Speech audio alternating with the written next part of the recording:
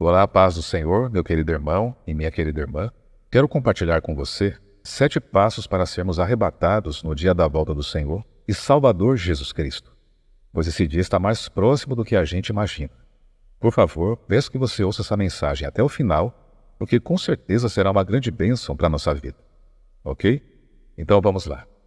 O primeiro passo é acreditar no Senhor Jesus. Em João capítulo 3, verso 16, a Bíblia diz assim: Porque Deus tanto amou o mundo que deu seu Filho unigênito, para que todo o que nele crer não pereça, mas tenha vida eterna. Amém?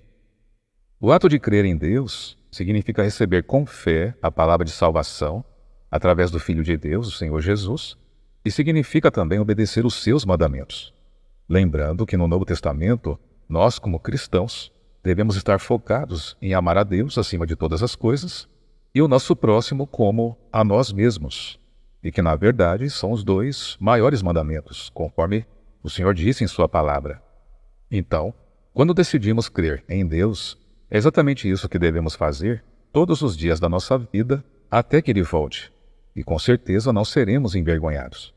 O Senhor disse assim: em verdade vos digo, quem ouve a minha palavra e crê naquele que me enviou, tem a vida eterna e não entra em juízo, mas já passou da morte para a vida. João capítulo 5, versículo 24. Glória a Deus. O segundo passo é viver uma vida santa e irrepreensível. Em Romanos capítulo 6, verso 22, está escrito: Mas agora, libertados do pecado e feitos servos de Deus, tendes o vosso fruto para a santificação e por fim a vida eterna. Olha só, todo aquele que hoje é um servo ou uma serva do Senhor, no passado andava em meio às trevas, assim como eu e você também. Então fomos lavados e remidos pelo sangue de Jesus para termos uma nova vida em Cristo. Só que mesmo depois de nos tornarmos filhos de Deus, não estaremos isentos dos ataques de Satanás. Ele virá com todas as suas forças contra a nossa vida para tentar nos desviar do reto caminho. Na verdade, todos os dias ele vai enviar setas em forma de pensamentos impuros em nossa mente, com o intuito de nos fazer pecar. Só que na mesma hora nós devemos repreender esses males e nos manter em santidade diante do nosso Senhor.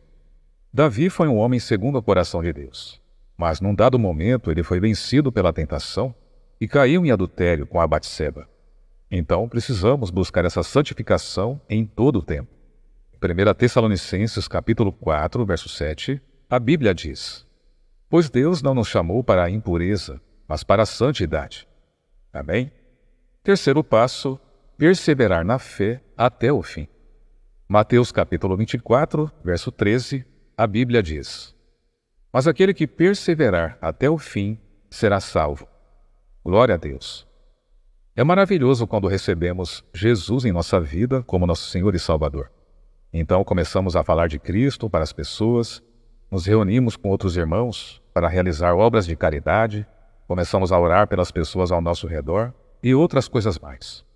Só que o desafio do cristão é permanecer assim até o fim da jornada, pois muitos já se desviaram da fé em Cristo Jesus. Já o apóstolo Paulo, chegando ao fim de sua vida, disse o seguinte: Combati o bom combate, terminei a corrida, guardei a fé. Agora me está reservada a coroa da justiça que o Senhor, justo juiz, me dará naquele dia. 2 Timóteo, capítulo 4, versículos 7 a 8. Graças a Deus. E com essa disposição espiritual que devemos estar.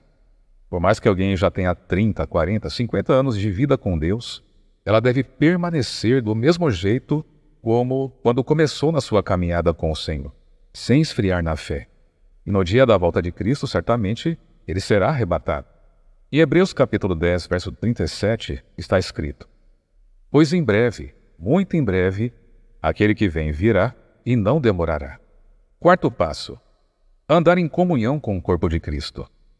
Em Hebreus 10, versículos 24 a 25, diz assim: E consideremo-nos uns aos outros para nos estimularmos ao amor e às boas obras, não deixando de nos congregar, como é costume de alguns, mas exortando-nos uns aos outros, e tanto mais quanto vedes que o dia se aproxima.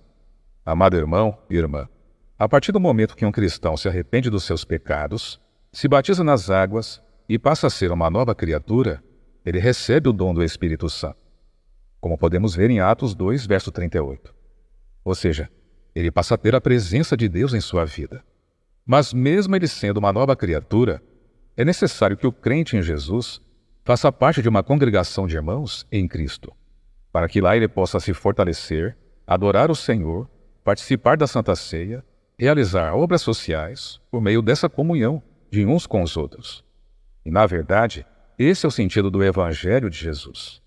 Quando alguém está fora do corpo de Cristo, sua vida espiritual vai se esfriando gradativamente até chegar ao momento em que a pessoa começa a praticar as coisas do velho homem.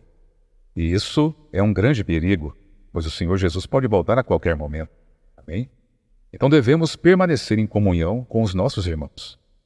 1 João, capítulo 1, versículo 7, a palavra do nosso Deus diz assim: Se, porém, andarmos na luz, como Ele na luz está, temos comunhão uns com os outros, e o sangue de Jesus Cristo, seu Filho, nos purifica de todo pecado. Olha só que coisa tremenda. Quinto passo: ter o Espírito Santo em nossa vida. Em Efésios capítulo 1, versículos 13 ao 14, a Bíblia diz: Nele também vocês, depois de ouvirem a palavra da verdade, o evangelho da sua salvação, e tendo nele crido, foram selados com o Espírito Santo da promessa, que é o penhor da nossa herança, até a redenção do povo de Deus, para louvor da sua glória. Aleluia! Ter o Espírito de Deus em nós é o objetivo mais importante da nossa vida. As demais coisas que precisamos também são importantes. Mas o que adianta ter todas as coisas e não ter o Espírito Santo? Por quê? O que garante que seremos arrebatados quando Jesus voltar é justamente ter o Espírito de Cristo em nosso coração.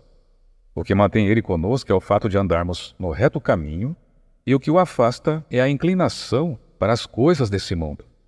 Em Romanos capítulo 8, verso 9, está escrito: Vocês, porém, não estão sob o domínio da carne, mas sob o domínio do Espírito, se de fato o Espírito de Deus habita em vocês. E se alguém não tem o Espírito de Cristo, esse tal não é dele. Misericórdia!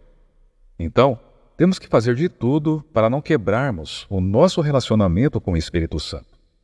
Amém? Sexto passo: estar vigilante em todo o tempo. 1 Pedro 5,8 diz: Sede sóbrios e vigilantes, porque o diabo, vosso adversário, anda em derredor, como um leão que ruge, buscando a quem possa tragar.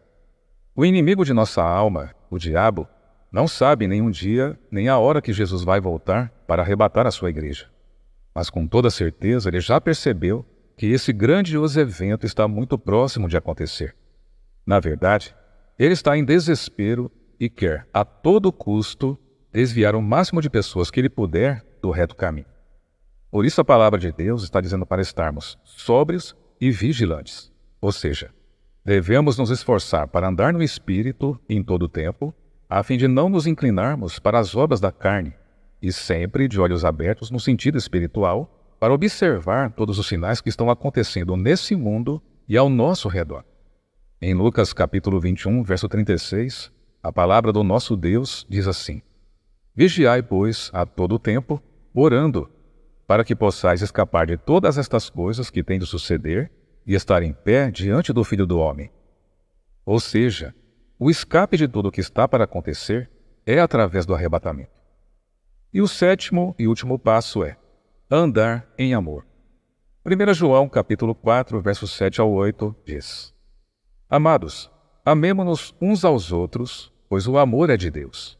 Todo aquele que ama é nascido de Deus e conhece a Deus. Aquele que não ama não conhece a Deus, pois Deus é amor. Glórias a Deus. Não podemos ficar indiferentes com relação ao sofrimento de alguém que está do nosso lado ou próximo a nós. Temos que fazer alguma coisa, seja uma oração, uma obra de caridade, dar um abraço, um bom conselho ou uma palavra de fé. Alguma coisa temos que fazer. Não fazer essas coisas, ou pelo menos uma delas, mostra que o cristão não está andando no amor de Cristo. E isso não é nada bom, porque, como mostra a palavra, quem não ama não conhece a Deus.